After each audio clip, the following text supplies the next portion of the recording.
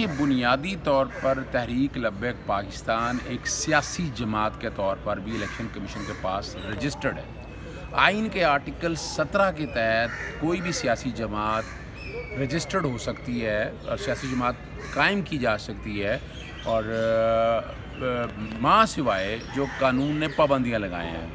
Sovereignty and integrity of Pakistan کے خلاف اگر کوئی بات کرتا ہے تو وہ سیاسی جماعت ڈی رجسٹر ہو سکتی ہے، اور اسی میں لکھا ہے کہ وفاقی حکومت اس کو بین کر دے گی، ڈی رجسٹرڈ کر دے گی، اور اس کے لیے سپریم کورٹ جانا پڑے گا۔ اس کے علاوہ الیکشن ایکٹ کے سیکشن 112، 212 اور 213 کے تحت بڑا طریقہ کار واضح کیا ہوا ہے کہ جہاں فورن فنڈنگ کے حوالے سے بات بھی ہے، اور وہاں اگر انٹیگریٹی یا ٹیررزم کے حوالے سے بھی اگر بات ہے تو وہ طریقہ کار یہی ہوگا کہ گورنمنٹ پہلے نوٹیفائی کرے گی۔ گورنمنٹ مین فیڈرل گورنمنٹ، فیڈرل گورنمنٹ کا مطلب ہے کابینہ، آرٹیکل 90 اور 91 کے تحت، اس کے تحت پہلے نوٹیفائی ڈکلیئر کرے گی۔ ڈکلیئر کرنے کا معاملہ سپریم کورٹ میں جائے گا، سپریم کورٹ اس کے بعد اس جو ہے نا پارٹی اس کو ڈی نوٹیفائی کر دے گی، اس کو سیاسی جماعت کا درجہ ختم کر دے گی۔ 213 کے تحت وہ معاملہ جائے گا الیکشن کمیشن کے پاس۔ الیکشن کمیشن اس کے بعد اس چیز کو سامنے رکھتے ہوئے جو ڈیکلریشن سپریم کورٹ دے گی، وہ پارٹی کو اپنے رجسٹریشن کے فورم سے اتار دے گی، اور ان کا جو انتخابی نشان ہے وہ لے لیا جائے گا۔ 3 سیٹیں اس وقت تحریک لبیک پاکستان کی موجود ہیں سندھ اسمبلی کے اندر، تو وہ تینوں کے تینوں ڈسکوالیفائی ہو جائیں گے۔ لیکن سوال یہ ہے کہ کیا یہ بنیاد بن سکتی ہے؟ اب مثال کے طور پر اگر دیکھا جائے، یہ ایکشن بہت پہلے لینے چاہیے تھے۔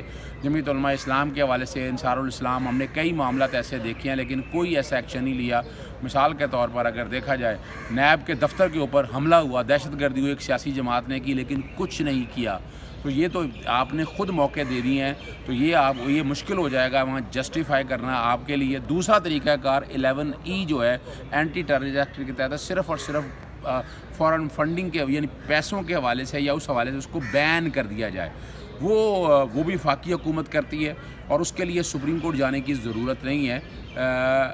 اب یہاں یہ دیکھنا یہ ہے کہ یہ سعد رضوی تو گرفتار ہو چکے تھے، لیکن تحریک لبیک پاکستان کے کس بندے نے یہ فیصلہ کیا، یا عوام اپنے تئیں نکل کے یہ سارا کچھ کر رہی ہے؟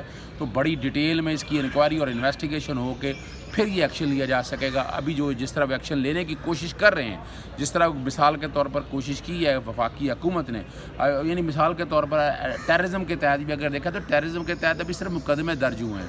مقدمے درج ہونے کے بعد اگر ان میں سزائیں ہو جاتی ہیں تو پھر یہ کیس بنتا ہے بین کرنے کا بھی، پولیٹیکل پارٹی کو ڈی نوٹیفائی کرنے کا بھی۔ ابھی فی الحال وقت سے پہلے یہ چیزیں ہیں، اور پھر اگلی جو بات ہے کہ جو ڈیمانڈ ان کی تھی وفاقی حکومت نے جو مانی تھی، سائن شدہ ڈیمانڈیں ہیں، اس پر عمل درآمد نہیں کیا۔ وہ طریقہ کار علیحدہ ہے کہ وہ ڈیمانڈیں ساری جانی چاہیے تھیں بجائے اس طرح کے لڑائی کرنے کے، لیکن ابتدا جو ہے وہ سعد رضوی کی گرفتاری پہ، جو سمجھتا ہوں وقت سے پہلے گرفتاری ہوئی، موقع پورا دینا چاہیے تھا ان کو، اور اس کے بعد یہ ایکشن